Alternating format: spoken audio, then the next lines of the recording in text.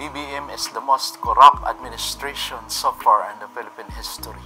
Pakinggan natin ang expose ni Mayor Magalong. Alam mo, nung nilabas ko yan, di ba inaccuse pa nila ako na nagsisinungaling ako at gumagawa lang ako ng istorya.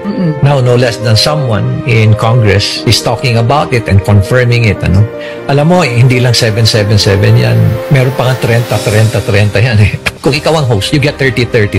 Kaya nga nahirapan yung mismo mga regional directors ng DOH, DOLE at DSWD. Baka ang problema nila kasi is mag-ulit-ulit redundancy. Sila na lang na beneficiary ang lagi na nabibigyan. Kaya kailangan nag-usap sila. Kaya sabi nga ng isang regional director, sasakit ng ulo namin dyan sa 30 na yan. Sabi nila.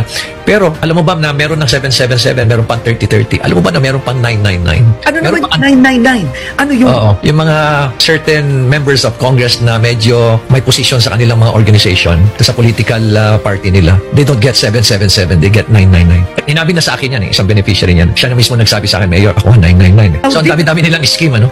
Does this scheme violate the Constitution in any way? Completely, absolutely. Ano? And it's something unbelievable na pwede na lang, sumama ka lang, tapos you get 777, 999 per sortie. Paano kung naka-apat ka? Paano kung naka-anim ka? Nung nalaman na nung ibang member ng Congress na pag sumama ka pala, makakatanggap dito, dumami na, nag-volunteer. Kaya ang ginawa nila ngayon, nilimit na lang nila. You only get a maximum of 4. So that's still 4 times 21, 84 million. In terms of AKAP, MAIP. Now, bibigyan kita ng MAIP, pero ibalik mo ang 30%. How do they do it? Ang scheme niyan is gagawa ng medical mission. I-jack up lahat. Presyo ng gamot. Para may rebate. Para yung third party na gumawa nun, meron siyang 30% na ibibigay niya. Minsan nga, nagmamakaawa na yung third party. Mahirap din. Habulin yung 30 kasi masasacrifice yung serbisyo. Ganun na kahaman. Yes, this is probably the most corrupt na kongreso, sabi nila sa akin. The way they explain it is ibang level ang corruption.